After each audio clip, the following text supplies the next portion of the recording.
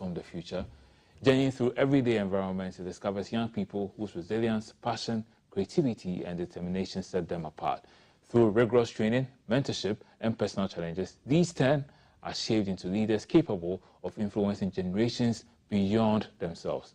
As they embrace their purpose, they become the X, proving that when potential is nurtured and multiplied, 10 lives can inspire 10,000 more. That's quite inspiring. Gabriela is in the house, Odami Ofori is in the house, and my very own lady, Vivi. How you doing? Very well, thank you, Jim. Good morning. You're welcome. Good morning. some nerves in the house. Maybe we should, do some dance moves and 5, 6, 7, 8, just to relax and stuff like that. So, Vivi, just before I come to you, I want to speak to Gabriela a bit. You're a dance student. Yes. You're also a dance student. Yes. Who first attracted you to dance? How did you know, like, oh, I know how to dance and stuff like that? I started dancing when I was 2. I'm sorry, what? In the UK, I loved ballet and Afrobeat, all the dances. I would just be moving, looking all crazy, but I loved it so much. So my mom entered me in my first ballet class, and then I moved to Ghana, and then that's how I met Miss Vivi, and I was in her ballet class, and then I moved to her academy, and yeah, now here I am, all these years. Hey, 2. 2. Interesting. What about you? Well, my first attraction to Vivi's Dance Theatre Academy was from Sparkle Day 2024, which was Out of This World, I believe. Yeah. Yeah. So I saw that performance, and I'd actually come a bit prior to that in around 2022, but only for drama, and then I left. So then when I saw that performance, I was like, wow, I'm really missing out. So that year, the first term of the next new academic year in 2024, then I decided to join Vivi's. And so since then, I've been dancing ever since, and now I'm doing my very own Sparkle Day. Oh, but you didn't start when you were 2, huh? I don't even remember what I was doing when I was 2 years old. Do you remember? No. No. And so, Gabriela, that's quite phenomenal. And, with the Afrobeats and whatnot. So, Vivi, tell us, this experience, this evolution, what are we talking about? So every other year, Vivi's Dance and Theatre Academy puts up a show or a performance for our parents and then, the general public to see the training that our students go throughout the year. So this year is being our 10th anniversary. It's no different. So Sparkle Day is that opportunity where we showcase all the brilliance our students have been cooking in our studios. Yeah. So yeah, that's what we are all about with Evolution. So every year, or every Sparkle Day, there's a special theme or title to that Sparkle Day. And this year is the Evolution. We said find X, and just with the synopsis that you shared with our viewers, the Grandmaster is looking for that, those brilliant, talented individuals who are also going to be trained, to also, go out there and multiply. Yeah. So it's also to tie into our 10th anniversary. Congratulations on that. Thank you very much. To say that we've for the past 10 years or a decade now, we've trained children and young people. We've developed them through dance, through theater, and they've built confidence, they've built discipline. A lot of them, I'm so proud of Gabi for the leader she's become. She was doing excellent in school, and also, so all these skills that we've taught these children and young people through dance and through theater has translated into other areas of their lives, including the academics. And come 21st June at the National Theatre, we want the whole world to come and see what, the Grandmaster and the X that she's going out there to find are going to do, including 200 other children and young people who are going to showcase their talents. So that's what Evolution is about. Oh, interesting. It's quite amazing that the fact that the Roman numeral for 10 is what? It's X. Interesting. And so now we have 10 individuals who are going to transform more than 10,000 people, even 100,000 people and whatnot. Gabi, doing this piece, was there anything that surprised you about the character you're playing? Any lessons that you've learned? The fact that I became the Grandmaster in general was actually a shock to me. And you've told us. Anyway, I'm sorry, go ahead. I was very excited about that. And ever since, I've been working on the different dance pieces that I'll be doing in Sparkle Day. And a lot of new moves that I haven't done before, so it's been a bit challenging, but I'm really enjoying it, and I'm definitely becoming better as a dancer as a whole. And Yeah, I'm just very excited for this, and I can't wait to showcase everything that we've learned this year and now. Okay, but I mean, you are not a grandmaster, I presume. Oh. But like, what lessons have you also learned being a part of this? Perhaps there are some techniques or new moves or something in there that you're like, interesting. I'll take this and apply to my life. So unlike Gabby, who's been dancing for like 90% of her life, I've only been dancing for just about 2 now. And so now I have this major role of X, where I'm supposed to be this great, versatile dancer who can adapt, grow, endure, persevere in any type of situation. So these past few weeks have really pushed me to my absolute limit, and not just me. I can say for almost all the students that they've all been working so hard to give everyone a show that's worth seeing, worth coming to National Theatre to see. So being X and even just being a student at BB's Theatre Academy brings out a certain level of passion and hard-working attributes inside of you. And I'm really just excited to showcase what we've been working on this whole time.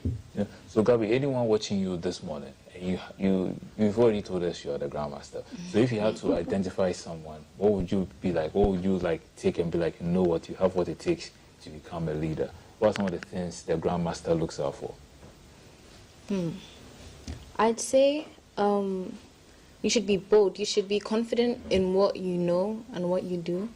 When I first came to VV's, I was, in a way, shy.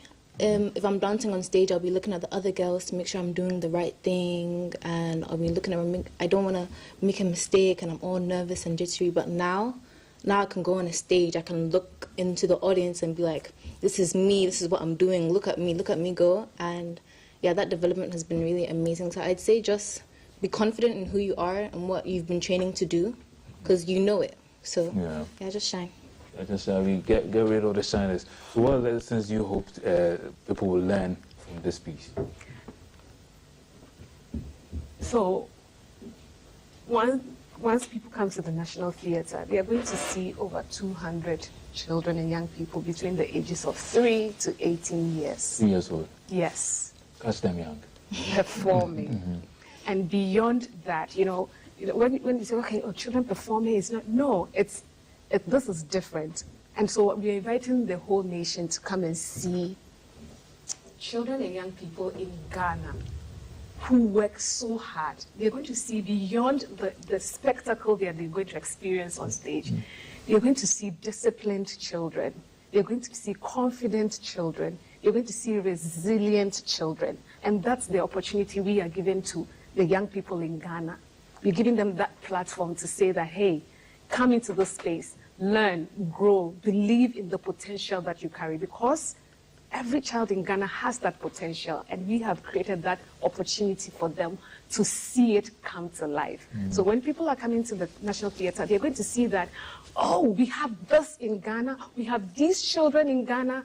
That is what they are going to see at the National Theatre. Also to let them know that when we invest in the next generation, when we invest in the younger generation, there's so much more that they can do. And so those are the lessons that a lot of people are going to take away from this.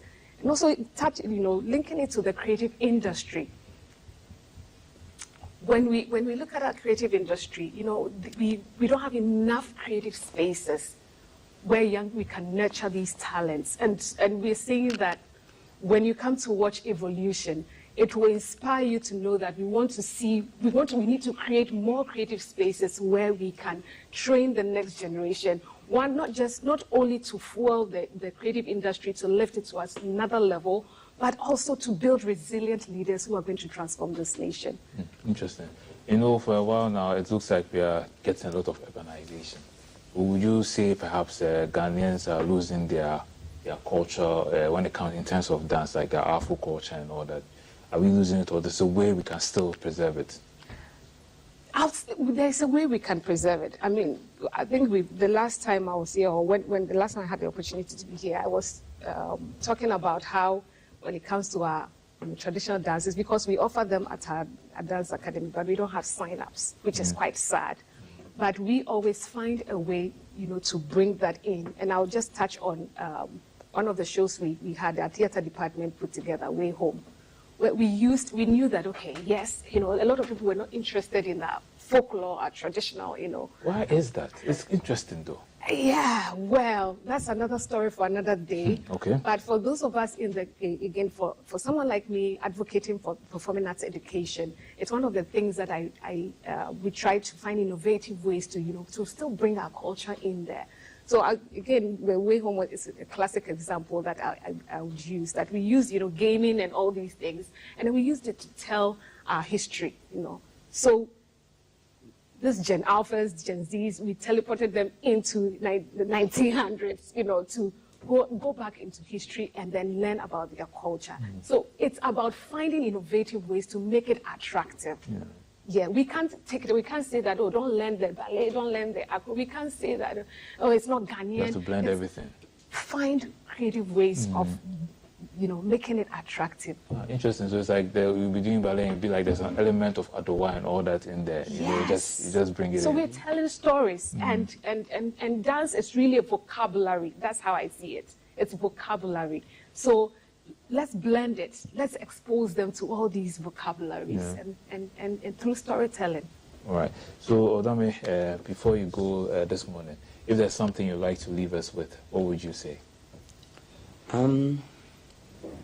So I think one of my major challenges at Vivi's is that I am one of the only few boys who does like dancing, like really. I don't know why. Does it usually get you in trouble or anything like that with friends and all that? No. Okay. Well, no, yes. The girls have been really welcoming and really passionate and nice to me and nice. friendly. But yeah, sometimes, it can feel awkward, or I can feel scared, or maybe just a bit shy or self-conscious about myself. But something that we've learned in performing arts is that the only real way to thrive as a person is to be yourself, be authentic. Let your students, let your peers and your teachers know who you are. And then the dances that you learn, well, yes, learn the moves, but then mold it to become you. So maybe Gabby taught me a dance, right? But then what makes it Odame, right? So just add yourself into that thing, and no matter what space you're in, don't let the fear of others judging you or what others might think about you stop you from doing what you came here to do. Yeah. So, do what makes you happy, basically. Do what makes you happy. Yeah. Do what you know. Do what you feel like your purpose is, what you feel like you want to do inside your heart. Yeah. Don't let others' judgment or criticism knock you down. Obviously, criticism is good. Yeah. Obviously, it builds you up. You can pick some and leave some if it doesn't gel with you. Yeah. Hey, Odame, you become a motivational speaker this month. Hey, Gabby, let me take your final word before we go. I'd like to say we've worked really hard throughout the year to make this a production, and it's going to be really, really entertaining and exciting. So we're expecting all of you to be there this Sunday, 21st June at the National Theatre, 3 p.m. All right. This Sunday, 21st June, 3 p.m. Vivi, you have the final word. I'm sorry, it's just about 30 seconds. Yes. Just do this for us. I say this is something every family needs to see. Mother, father, children. So whoever you are, wherever you are, come and celebrate Father's Day at the National Theatre. It will be the best gift you can give to the fathers, and the whole family can enjoy. So we would love to see you on 21st June, 3 p.m. at the National Theatre. Don't miss out. Don't miss out. What's another way to celebrate Father's Day than to go there, the National Theatre at 3 p.m.? And go and find X. Gabby, Odame, Vivi, thank you so much for coming through this morning. And to you as well for watching, thank you so much. Your messages, your phone calls made it part of the show. It made it great. It made it awesome. But we'll see you bright and early Monday morning at 5:55. And remember, may the best of your todays be the worst of your tomorrows. Have a wonderful weekend. Be out.